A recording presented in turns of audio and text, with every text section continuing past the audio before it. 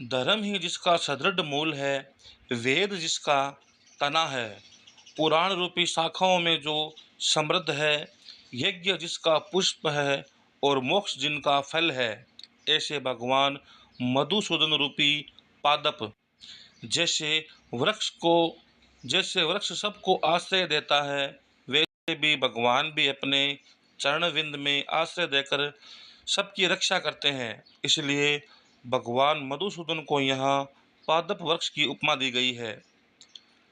क्षेत्र नैमिषारण्य में स्वर्ग लोक की प्राप्ति की कामना से शौनक आदि ऋषियों ने एक बार सहस्त्र वर्ष में पूर्ण होने वाले यज्ञ का प्रारंभ किया। एक समय प्रातःकाल के हवनादि कृत्यों का संपादन करके सभी मुनियों ने सत्कार किए गए आस्थानकालीन सूत जी महाराज से आदर पूर्वक पूछा। ऋषि बोले, हे सूत जी महाराज, आपने सुख देने वाले देव मार्ग का सम्यक निरूपण किया है।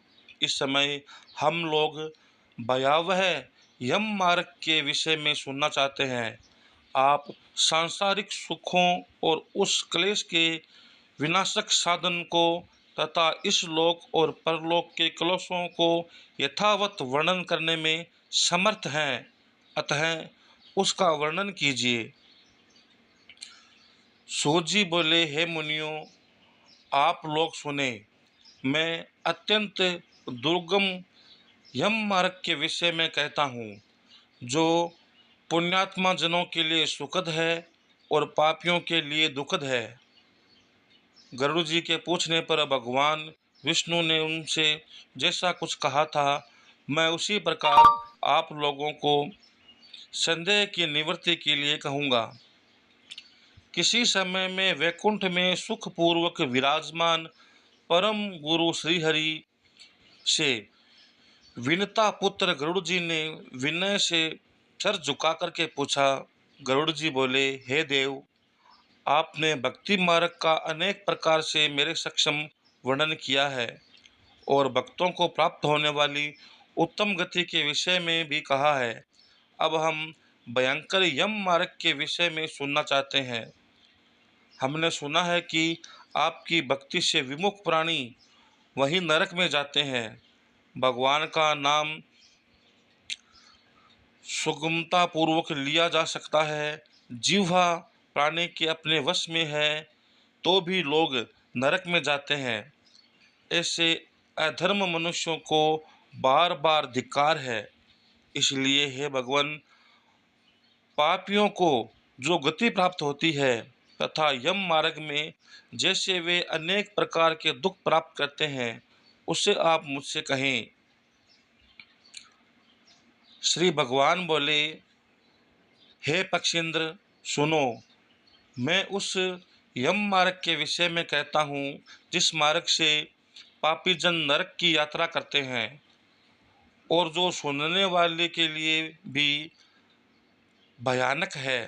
हे पक्षीराज, जो प्राणी सदा पाप परायण है, दया और धर्म से रहित है, जो दुष्ट लोगों की संगति में रहते हैं, सत्शास्त्र सत्संग से विमुख हैं, जो अपने को स्वयं प्रतिष्ठित मानते हैं, अहंकारी हैं तथा धन और मान के मद में चूर है, आसुरी शक्ति को प्राप्त हैं तथा देवी संपत्ति से रहित हैं, जिनका चित्त अनेक विषयों में आसक्त होने से भ्रांत है, जो मोह के जाल में फंसे हैं और कामनाओं के भोग में ही लगे हैं, ऐसे व्यक्ति अपवित्र नरक में गिरते हैं।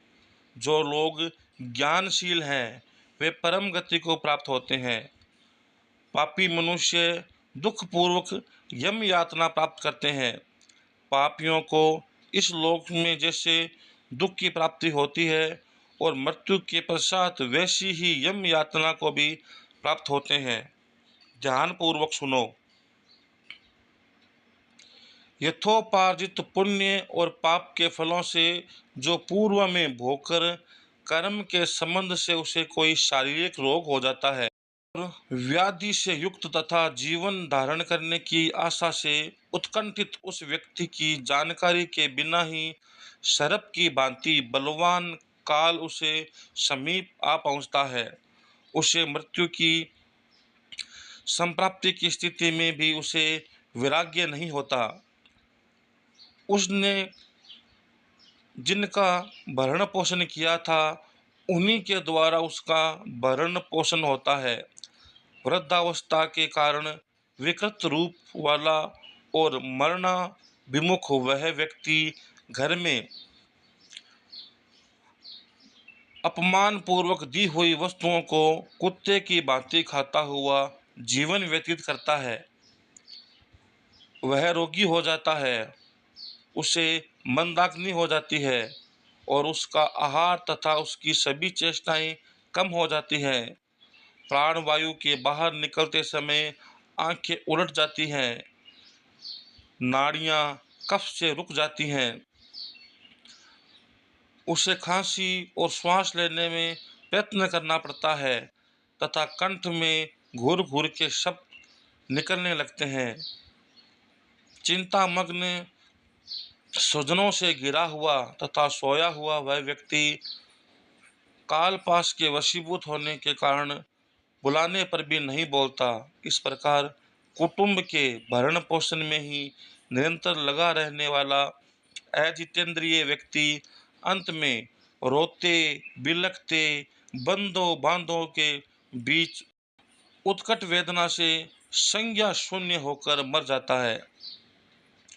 हे गरुड़, उस अंतिम क्षण में प्राणी को व्यापक दिव्य दृष्टि प्राप्त हो जाती है, जिससे वह लोक परलोक को एकत्र देखने लगता है।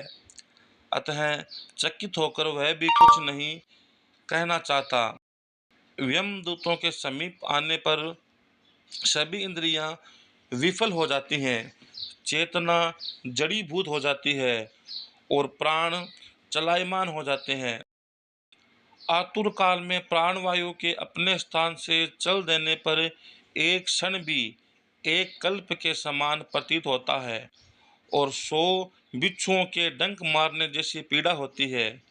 वैसी पीड़ा का उस समय उसे अनुभव होने लगता है। वह मरणासन व्यक्ति फेन उगलने लगता है, उसका मुख लार से भर जाता है। पापी जनों के प्राणवायु अधोद्वार से निकलते हैं।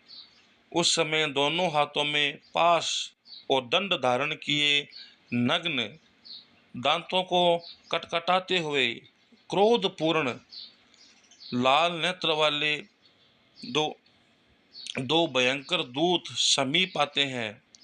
उनके केश ऊपर की ओर उठे हुए होते हैं। वे कौवे के समान काले होते हैं और टेढ़े मुख वाले होते हैं तथा उनके नख आयुध के भांति होते हैं। उन्हें देखकर भयभीत हृदय वाला वह मरणासन प्राणी मलमूत्र का विसर्जन करने लगता है। भौतिक शरीर से हाय हाय करते हुए निकलता हुआ तथा यमदूतों के द्वारा पकड़ा हुआ वह अनुष्ट प्रमाण का पुरुष अपने घर को देखता हुआ यमदूतों के द्वारा यातना देह से ढक करके गले में बलपूर्वक पाशों से बांधकर सुदूर यम मार्ग यातना के लिए उसी प्रकार ले जाया जाता है जिस प्रकार राजपुरुष दंडनीय अपराधी को लेकर जाते हैं।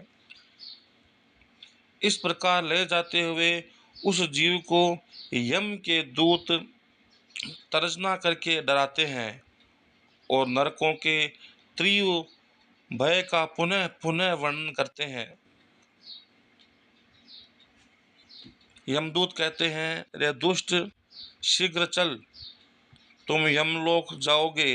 आज तुम्हें हम कुंभीपात आदि नरकों में शीघ्र ही लेकर के जाएंगे। इस प्रकार यमदूतों की वाणी तथा बंधु बांधुओं का रुदन सुनता हुआ वह जीव जोर से हाहाकार करके विलाप करता है और यमदूतों के द्वारा प्रताड़ित किया जाता है। यमदूतों की तर्जनाओं से उसका हृदय विदीर्ण हो जाता है, वह कांपने लगता है। रास्ते में कुत्ते काटते हैं, और अपने पापों का स्मरण करता हुआ वह पीड़ित जीव यम मार्ग में चलता है।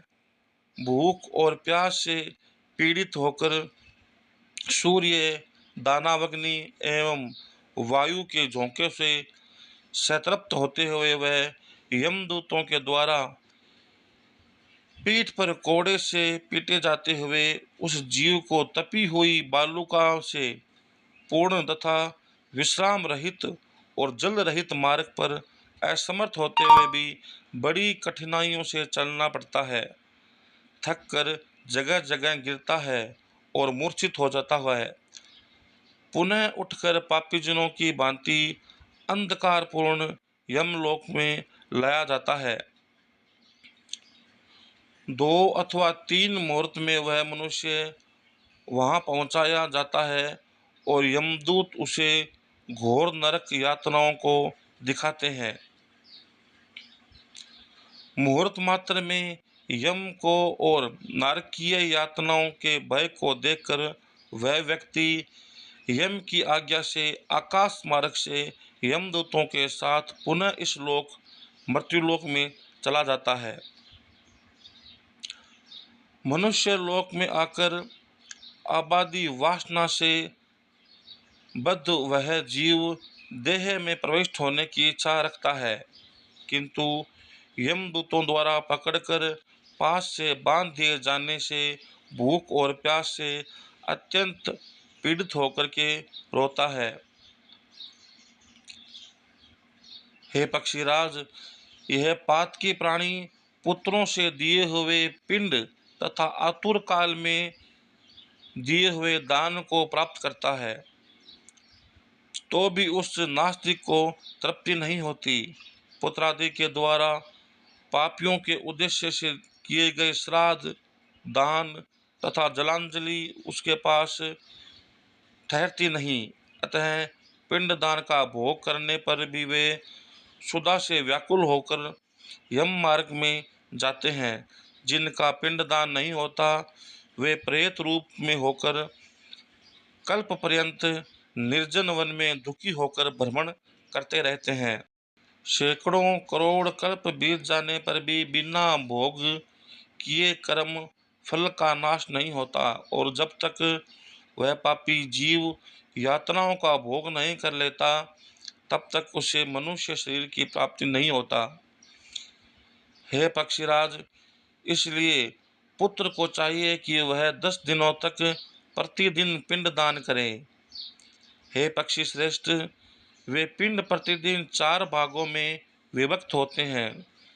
उनमें 2 भाग प्रेत के देह के पंचभूतों की पुष्टि के लिए होते हैं, तीसरा भाग यमदूतों को प्राप्त होता है और चौथे भाग से उस जीव को आहार प्राप्त होता है। 9 रात दिनों में पिंड को प्राप्त करके प्रेत का शरीर बन जाता है और वो 10वें दिन उसमें बल की प्राप्ति होती है। हे खग, मृत व्यक्ति के देह में जल जाने के बाद पिंड के द्वारा पुनः एक हाथ लंबा शरीर प्राप्त होता है, जिसके द्वारा वह प्राणी यमलोक के रास्ते में शुभ और अशुभ कर्मों के फल भोगता है। पहले दिन जो पिंड दिया जाता है उससे उसका सिर बनता है। दूसरे दिन के पिंड से ग्रीवा, गर्दन, स्कंद, कंधे तथा तीसरे दिन के पिंड से हृदय बनता है। चौथे पिंड से पृष्ठभाग यानी पीठ, 5वें से नाभि, छठे तथा 7वें पिंड से कर्मश, कटी, कमर और गुहांग उत्पन्न होते हैं। 8वें पिंड से जांघें और 9वें पिंड से घुटने तथा पैर बनते हैं। इस प्रकार 9 पिंडों से वह देह प्राप्त कर 10वें पिंड से उसकी क्षुधा, तृष्णा यानी भूख, प्यास ये दोनों जागृत होती है। इस पिंड शरीर को प्राप्त करके भूख और प्यास से पीड़ित उसे 11वें तथा 12वें 2 दिन भोजन करता है। 13वें दिन यमदूतों के द्वारा बंदर की तरह बंधा हुआ वह प्राणी अकेला उस यम मार्ग में जाता है। हे खग, मार्ग में मिलने वाली वैतरणी को छोड़कर यमलोक के मार्ग की दूरी का प्रमाण 86,000 योजन है। वह प्रेत प्रतिदिन दिन रात में 245 योजन चलता है। मार्ग में आए हुए इन 16 नगरों को पार करके पातकी व्यक्ति धर्मराज के भवन में जाता है।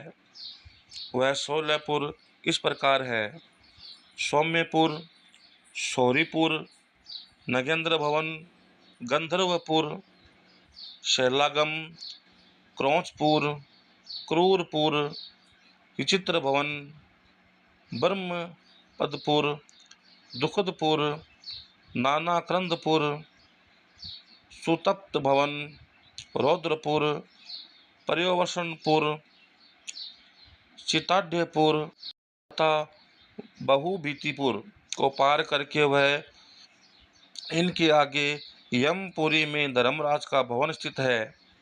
यमराज के दूतों के पासों से बंधा हुआ पापी जीव रास्ते में हाहाकार करता रोता हुआ अपने घर को छोड़ करके यमपुरी को जाता है। इस प्रकार गरुड़ पुराण के अंतर्गत सारोद्वार में पापियों के इस लोक तथा परलोक के दुख का निरूपण नामक पहला अध्याय पूर्ण हुआ। बोलो श्री कृष्ण चंद्र भगवान की जय।